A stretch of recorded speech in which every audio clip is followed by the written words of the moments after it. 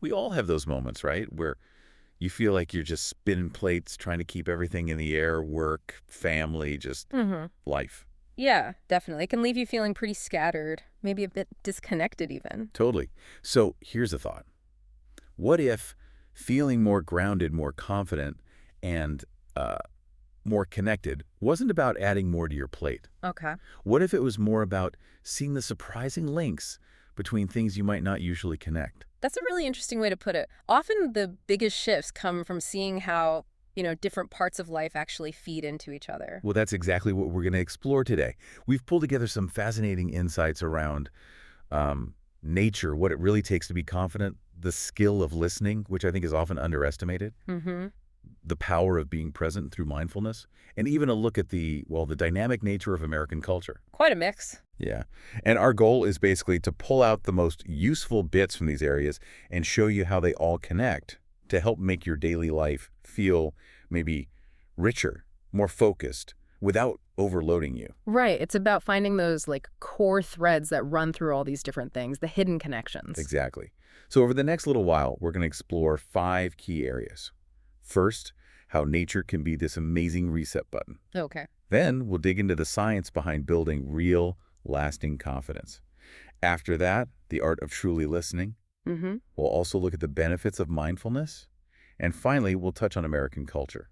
And, you might be surprised how it all links back to this idea of just being more present. Sounds good. Where do we start? Okay, let's kick off with something often right outside our door, something with maybe a bigger impact than we realize: nature. Yeah, the research is becoming really clear on this. Nature isn't just like a nice background, it actively changes our physiology. How so? Well, studies consistently show that just spending time outdoors helps lower cortisol levels. Ah, cortisol, the main stress hormone, right? Exactly. So when that goes down, your mind naturally gets calmer, clearer.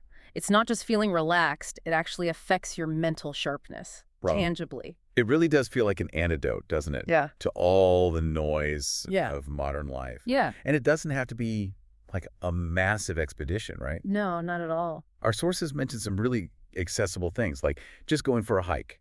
Good for the heart, obviously, but it also sparks that sense of adventure. Right. Or even something simple like gardening. So many people find that incredibly soothing. And let's be honest, it teaches patience. Ah, definitely teaches patience, watching things grow or not grow. Exactly. And don't forget the social side, too. Things like picnics, camping.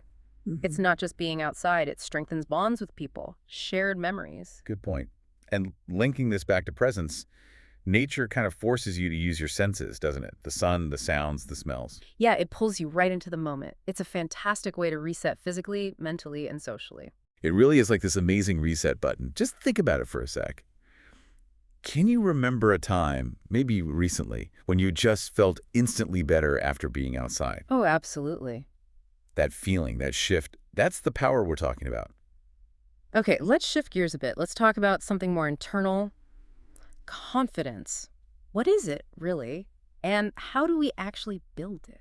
That's such an important question because often we picture confidence as, being really loud or never showing fear. Right, the sort of performative confidence. Exactly. But the sources we looked at really emphasize that true confidence is much more about deep self-trust, a genuine belief in your own abilities, and feeling free to be authentic. It's inner strength, not outward show. Okay, so it's not about just putting on a brave face. That makes sense.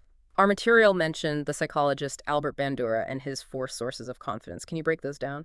Sure. So the first one he called mastery experiences. Basically, these are the small wins, the feeling you get when you successfully do something, even if it seems minor. And what's cool is what happens in the brain. These little successes trigger dopamine. Ah, the feel-good chemical. Right. It reinforces that belief in yourself. Your brain goes, hey, you did that. Let's remember this feeling. Kind of like a mental high five. Our own internal reward system. Got it. What's number 2?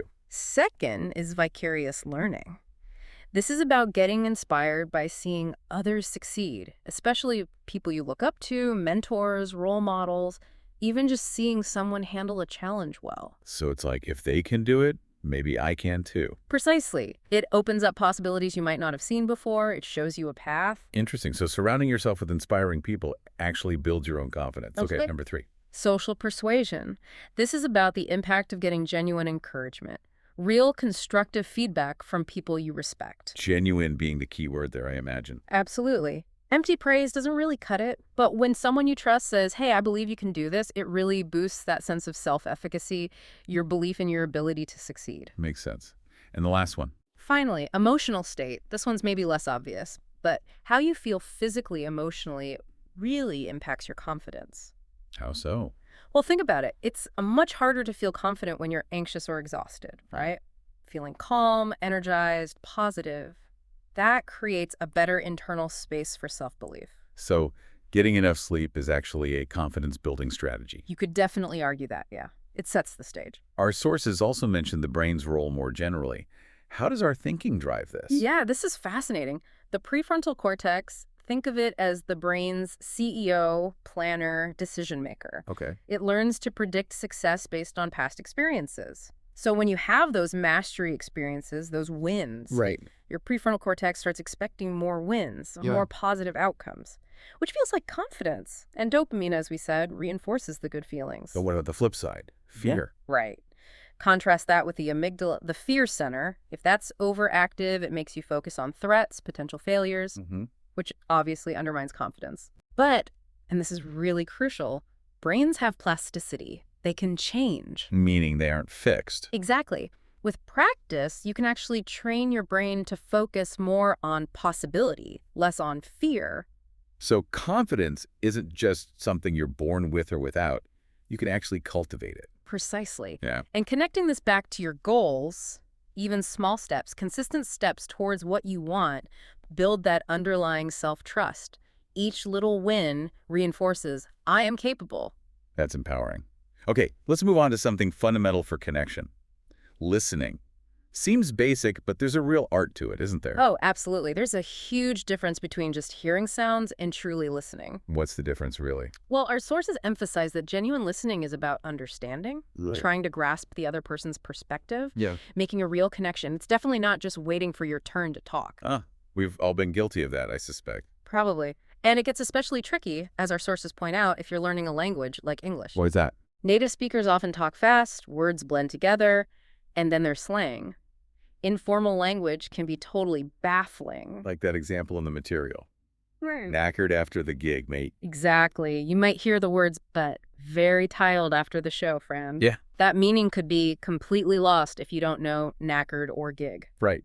So what can we actually do to get better at listening? Any practical tips? Yeah, the sources offer some really good actionable advice. One key thing is to diversify your audio intake. Meaning? Don't just listen to one type of speaker or accent. Try podcasts, movies, news reports. Get exposure to different speeds, different rhythms, different ways people talk. Train your ear to be adaptable. Like working out different muscles. Makes sense. What else? Another effective technique is using subtitles smartly. How so? You could watch something, say a TED Talk, with subtitles first to get the meaning, then watch it again without them, really focusing on the intonation, the rhythm, the vocal cues you missed while reading. So you focus on the sound the second time? Yeah. Clever. Yeah.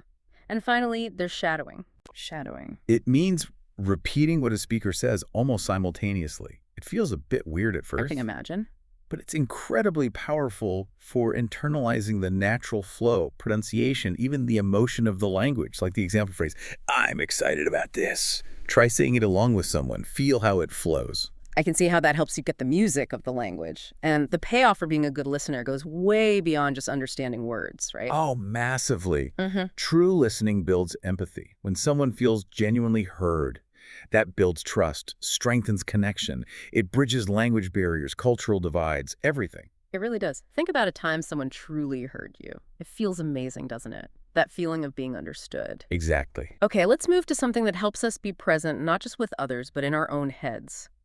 Mindfulness. What exactly is mindfulness? At its core, mindfulness is simply being fully present, right here, right now. Okay. It's about paying attention on purpose to your thoughts, feelings, sensations, surroundings, but without judging them, just noticing what is. So not getting lost in worries about the future or regrets about the past. Exactly. It sounds simple, but like you said about listening, it can be surprisingly tough in our constantly distracted world. Our sources mention its ancient roots, but also modern science backing it up. Yes, it comes from ancient Buddhist practices, but there's a ton of scientific research now. Studies show real benefits for stress reduction, improving focus, even better sleep. So actual measurable benefits. Yeah, and our material even cites the Journal of Positive Psychology, finding that mindfulness and gratitude practices together significantly boost well-being. Interesting. So how does being present actually lead to more happiness? One key way is through savoring. When you're mindful, you notice and appreciate the small, good things more. Like, Like the warmth of your coffee cup, a kind word someone says, the way the light looks, stuff we usually rush past. By paying attention, we experience them more fully, get more joy from them. it's like actually stopping to smell the roses, literally or figuratively. Exactly. And what about the brain? Does mindfulness change anything up there? Research suggests it does. Regular practice seems to strengthen the prefrontal cortex, that CEO part we talked about earlier. Ah, the focus and decision-making center. Right. So better focus, better emotional regulation. It also seems to foster empathy, maybe by making us more aware of our own feelings, which helps us understand others. That makes sense. And how does this connect to something potentially stressful, like learning and speaking English? Well, for learners, mindfulness can be a game changer for managing anxiety during conversations. Wow. Instead of getting totally stressed about making mistakes or finding the perfect word, mindfulness helps you stay calm, stay present in the conversation itself. So the focus shifts from perfection to just connection, Yeah. being there. Exactly. It's about being present in the process, not obsessed with a flawless outcome. Our sources suggested a simple practice we could even try. Yes. A really basic but effective one is just focusing on your breath for, say, 5 minutes. Just breathing. Pretty much. Sit comfortably, maybe close your eyes, and just notice the feeling of the breath coming in and going out. Your mind will wander. That's normal. Okay. When it does, just gently, without judgment, bring your focus back to the breath. Even a few minutes can make a real difference to how present you feel. Simple, but sounds powerful. Mm-hmm. Okay, let's shift one last time to something broader. American culture. Why look at this in the context of presence? Well, American culture is this incredibly vibrant, complex mix, right? Understanding some of its underlying values and norms helps us connect and be more present when interacting with a huge part of the world. Our sources called it a dynamic mix of history, values, diversity. Exactly. And it's fascinating to trace the roots. You've got the early Puritan focus on hard work, Right. the revolutionary ideals of liberty, individual rights, the frontier spirit fostering individualism, and of course, the American dream.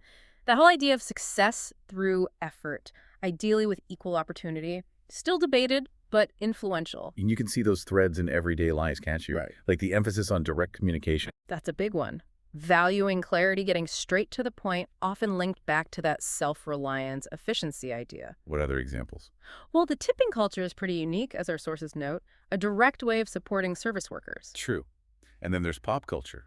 Jazz, hip-hop, Hollywood movies, even barbecue. Yeah, all these massive expressions of the country's diversity and creative energy. So what's the core spirit, according to the material? It often comes across as this blend of optimism, resilience, bouncing back from challenges, and a belief in possibility. You see it in immigrant stories, entrepreneurs, everyday people overcoming things. And for English learners, engaging with the culture can be a fun way to learn the language. Absolutely. Watching American films or TV, listening to music, even trying to figure out slang. Yeah. It makes learning way more engaging, real-world context. The material suggested things like watching Forrest Gump. Yeah, or even trying an American recipe, like apple pie. It's about immersing yourself to get a feel for the language and the people. Okay, so we've covered nature, confidence, listening, mindfulness, American culture. Yeah. Quite a journey. How does this all tie together under this umbrella of living with presence? That really is the core question, isn't it? It might seem like scattered topics, but the common thread is presence. How so? Whether you're grounding yourself in nature, building confidence by acknowledging your wins, truly listening to connect, being mindful in the moment, or exploring a culture, it's all about engaging fully with what's happening right now. Being here, basically. Exactly. And our sources offer some really practical ways to weave this into daily life. Not huge changes, just small, intentional actions. Like what? Maybe starting the day with that 5-minute breath focus. Or a short walk outside. Yeah, perfect examples. Ah. Or maybe setting one tiny, achievable goal each day and actually celebrating when you do it. Acknowledging progress. And in conversations, really trying to understand the other person, not Yeah. just planning your reply. Right. Or maybe trying something culturally new, a song, a dish, just broadening your experience consciously. And Maybe ending the day just reflecting for a minute. Like, what was one meaningful moment and why did it matter to me? Mm-hmm. And for those learning English, remember that dual benefit we talked about. All these practices, they build well-being and language skills, describing experiences, learning a vocabulary, gaining communication confidence. So it really seems the path to a richer, more connected life starts with cultivating presence, moment by moment. And these different areas are just different pathways in. Beautifully put. It's about those small, consistent steps. So for you listening, we really encourage you, pick just one idea from our deep dive today. Just one. Maybe it's that breathing exercise, maybe a walk outside later, maybe really focusing on listening in your next chat. Whatever it is, just try it and notice how it feels. Yeah, just notice. And to leave you with a final thought to mull over. Which aspect of presence, connecting with nature, trusting your inner strength, truly understanding others, being fully in the moment, or engaging with the diversity of human experience through culture, which one resonates most with you right now? And thinking about that, what's one small, manageable step you could take, maybe even today, to cultivate that particular aspect just a little bit more?